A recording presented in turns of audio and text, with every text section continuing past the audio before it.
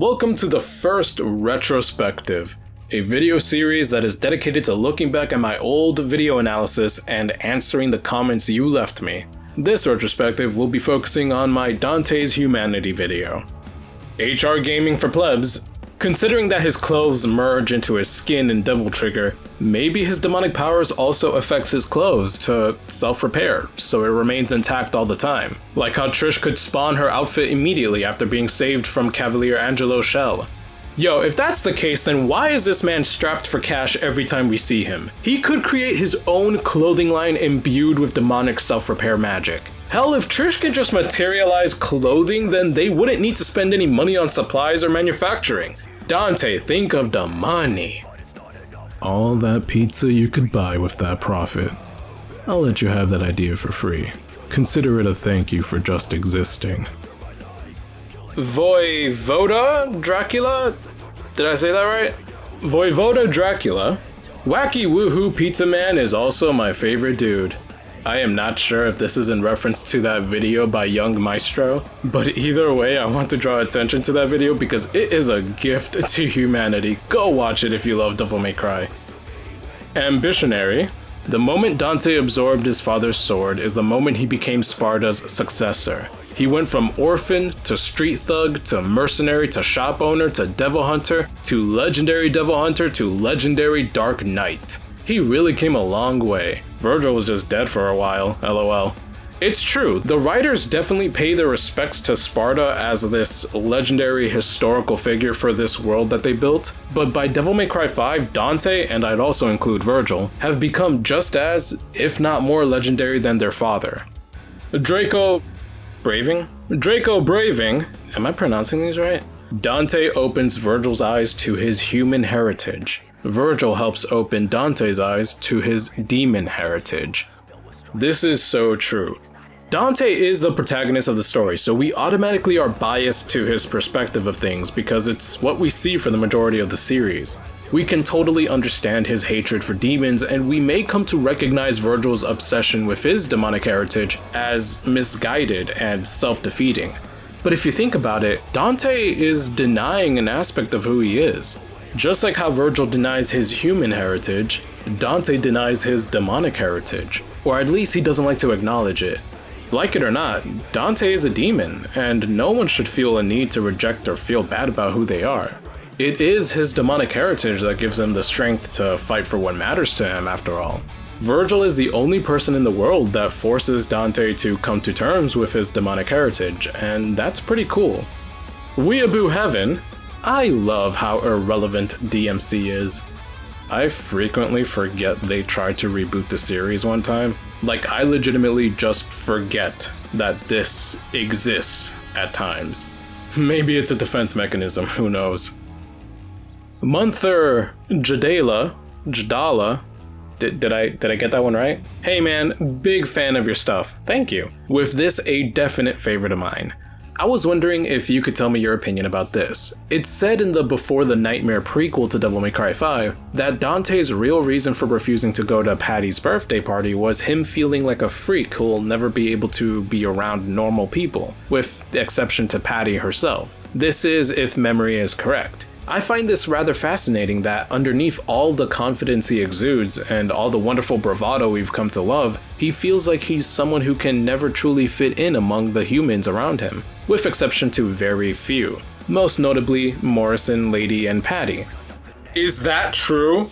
My baby boy, no! I mean, this goes back to what I was saying earlier about Dante not acknowledging his demonic heritage. I can understand how his rejection of that identity may make him feel like he doesn't belong. He definitely doesn't like to think of himself as a demon, but he also isn't a normal human. Okay, this is going to sound weird, but I immediately think of bicultural identification. I am in no way trying to suggest that ethnic minorities are inherently demonic by making this comparison. But instead, what I mean is Dante could be experiencing something similar to people that are exposed to two different cultures at the same time. That feeling of not being enough to fit into either one. We could be seeing something similar here with Dante, just more extreme since, you know, we're talking about being part demon and shit. It's not like he can escape his demonic heritage, so even though he's part human and identifies with it more, there's still another half to his identity that makes him unique from humans. Another half that would make humans treat him differently despite still being part human, contributing to that feeling that you don't belong. Trust me, any ethnic minority viewer can understand that feeling. And you know, Dante willingly went into the demon hunting business pretty early. Not much room for emotional vulnerability to be able to process heavy identity issues in that line of work. I can see how the bravado and confidence is needed when you're staring things like this in the face daily. Mike Oak's heart. Dante deals with his insecurities by being a huge dork and doing things that he thinks people would find cool. Virgil deals with his insecurities by being cold and power hungry. Nero deals with his insecurities by trying to act cool, but since he's still young, he is often hot-headed and easily provoked. So, Devil May Cry's story is just about being fake and hiding your true feelings. As stupid as that sounds, it actually sounds very, relatable. At least to me personally. I don't think it sounds stupid, to be honest with you. I think you have a point. I'd say Dante hides his sadness through a mixture of being dorky and pretending to not give a f***. He comes off as being extremely confident and secure about himself, but I wouldn't be surprised if under that exterior he's actually full of sadness and grief over his family. Milk Calf. I think Nero's rapidly growing strength is the perfect punctuation of Dante's beliefs about humanity. A being genetically less demon and more human than him, and showing so much unfiltered emotion, being able to be on par with a much older, wiser, and a whole form more demonically evolved Virgil. This is a really beautiful point about humanity that is portrayed through Nero's strength in the end. I know there are people that did not particularly like this part because, in terms of power scaling, it doesn't make much sense for a newly discovered Devil Trigger form to overpower a Sin Devil Trigger, especially Virgil's.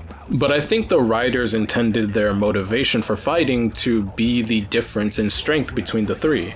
I didn't highlight this in my original video, but I'd say Dante fights out of a cruel responsibility he feels towards his brother. Dante believes Virgil is so far gone in his obsession with power that the only solution is to kill him, and he's the only person in the world who should carry that responsibility because it's his family. Virgil fights for himself, to overcome his own weakness from his trauma by killing the only obstacle in the world that remains to challenge his strength.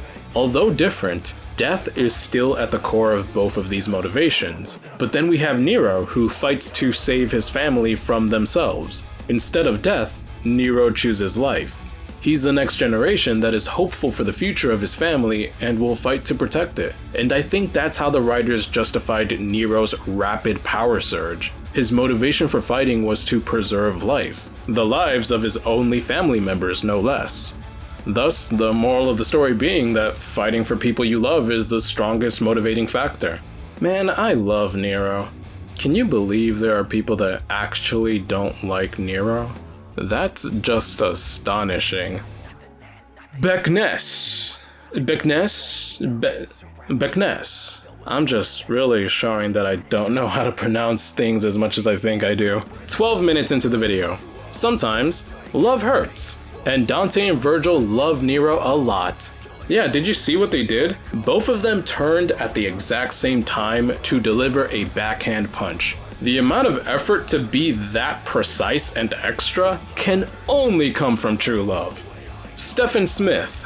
While this video was pretty stellar, I have to say that neglecting Devil May Cry 2, despite how most feel about the game itself, is kinda unbecoming. Seeing Dante dark and brooding because he, once again, is the cause of his brother's demise. Dante shows some genuinely human moments, and his cold, stoic personality greatly reflects off of Lucia's, who is a demon who thought she was a human her entire life. The same aloof attitude Dante had in 2 carried on in 4, but he was most definitely more cheerful once he found out his brother's mementos, Yamato and Nero, were the center of attention. I agree with you about leaving out Devil May Cry 2. I should have given Devil May Cry 2 some more respect. I originally couldn't find a way to fit the game into what I was saying about Dante. That game just seemed so disconnected from everything, and there's also the generally poor opinion among the fanbase, so I thought, yeah, I can just not mention this game at all, it'll be fine, no one gives a fuck anyway. But you do bring up a good point. We know family means the world to Dante, so it makes sense for Dante to be cold and brooding in Devil May Cry 2 after having to relive the moment he killed his brother. Maybe he wasn't just being cartoonishly edgy for no reason after all. I gotta get on that Lucia video eventually, man.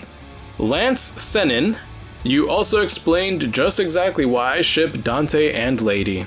I like the idea of the ship cause it does make sense to me considering their backstories, but I find it hard to imagine Dante in a relationship. Like, I'd love for my boy to find love. It's just hard to imagine Dante taking a relationship seriously. You know what I mean? He has his serious moments, but those moments are few and focused. It's hard to imagine Dante being serious about love. It's easier to imagine the two as friends that are secure about their respect for one another, despite the shit-talking that Lady does in the anime. One-man cast. If you really think about it, Dante really did fill Trish's dark soul with light! There was this really cool video by CDogVA. He's a voice actor, a professional one, and he got him and a couple of his friends to redo certain scenes in like games and animes that are remembered for not being the best, you know, and like that scene from Devil May Cry was actually one of them. And I gotta say, the remade version by him and his friends was pretty good. That's another video I recommend. Why am I recommending people to watch YouTube videos that like are from channels with way more subscribers than I have? As if they need my shoutouts. Caspian Horlick. I think there's one thing you didn't mention, which is especially emphasized in Devil May Cry 2. Dante has accepted that hunting demons is his purpose. He is carrying on his father's mission of protecting humanity, but for personal reasons highlighted in this video. At least, that's what I think. It doesn't fit very well thematically for his character. Devil May Cry 2 coming back to desperately remind us that it's part of the family. Nah, but I can totally see that. The way I think of Dante's progression is that his desire to hunt demons started as a boy in grief, lashing out at those that harmed his family. As the years went by, hunting demons became the only thing he knew how to do. It's also the thing he's really good at. So I can see how by Devil May Cry 2 he's come to accept his role as Demon Hunter, which is probably why by Devil May Cry 4 he's less broody and more of himself. He's made peace with his role in life. I mean, I feel like he had to eventually, so I can see Devil May Cry 2 being like the point where he does. And those were just a few of the wonderful comments you all left me. I hope this did prove to be more entertaining. It does help me keep this channel a little bit more active because it's definitely a lot easier to produce content like this in between the bigger, more time-consuming analysis videos. So let me know what you think, and I'll see you guys in the next retrospective video. And as always, my people, thank you for watching.